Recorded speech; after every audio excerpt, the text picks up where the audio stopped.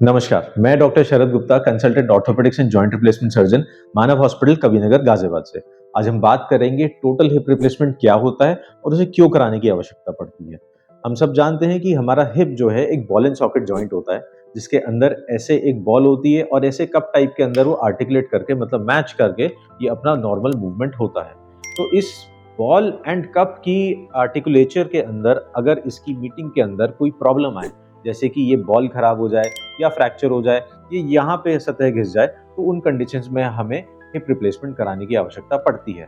So the number one most common cause is avascular necrosis, मतलब कि हमारे hip के अंदर दो जगह से ब्लड सप्लाई जाती है, इधर से और इधर से। अगर किसी कारणवश ये दोनों साइड की ब्लड सप्लाई बंद हो जाए, तो हिप की बॉल के अंदर ब्लड जाना बंद हो जाता है और ये बोन अंदर से डेड होनी या गलनी चालू हो जाती है, जिसको एवास्कुलर नेक्रोसिस कहते हैं। इसका अलग अलग कॉजेज होते हैं। Number one, long term steroid intake, जैसे कि कोई चेस्ट की डिजीज में, स्किन की डिजीज में हमें लॉन्ग टर्म स्टेरॉयड की कभी कभी आवश्यकता पड़ती है, जिसकी वजह से ये प्रॉब्लम हो जाती है। आजकल हमारे पास पोस्ट कोविड बहुत ज़्यादा यंग पेशेंट्स भी आ रहे हैं, जिनको कोविड के टाइम में बहुत ज़्यादा प्रॉब्लम हुई थी, भर्ती करना पड़ा, लाइफ सेविंग के लिए उनको स्टेरॉइड्स लगाने पड़े, बट उसके कारण हिप रिप्लेसमेंट के चांसेस बढ़ गए हैं पेशेंट्स के। नंबर टू इज कुछ ब्लड डिसऑर्डर्स, जैसे कि सिकल सेल एनीमिया, जिसके कारण हिप खराब होने की टेंडेंसी ज़्यादा होती है। Number three is excessive alcohol intake, जो लोग बहुत ज़्यादा अल्कोहल लेते हैं और ससेप्टेबल होते हैं, उसमें भी कुछ लोगों में हिप खराब होने की टेंडेंसी रहती है।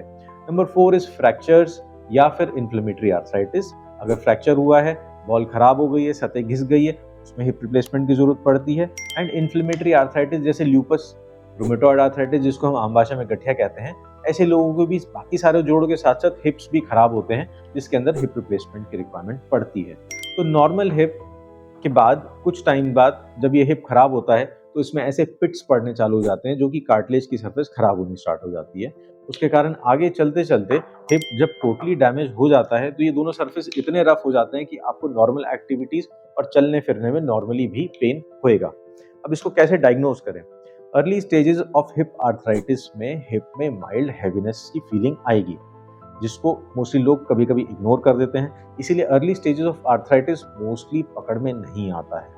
पेशेंट्स जब हैं, जब पेन बढ़ जाता है, डिफॉर्मिटी बढ़ जाती है, या गेट पैटर्न मतलब चलने में फर्क आने लग जाता है, चाल में फर्क हो जाता है, तब डॉक्टर के पास आते हैं, जिसमें पता चलता है कि हाँ, उनकी हिप में प्रॉब्लम है, जो कि लेट स्टेजेस में एक्सरे में भी पता चल जाता है। बट अर्ली स्टेजेस में हिप आर्थराइटिस का जानने का या एवास्कुलर नेक्रोसिस को जानने का कॉज कभी कभी एमआरआई से भी पता चल जाता है।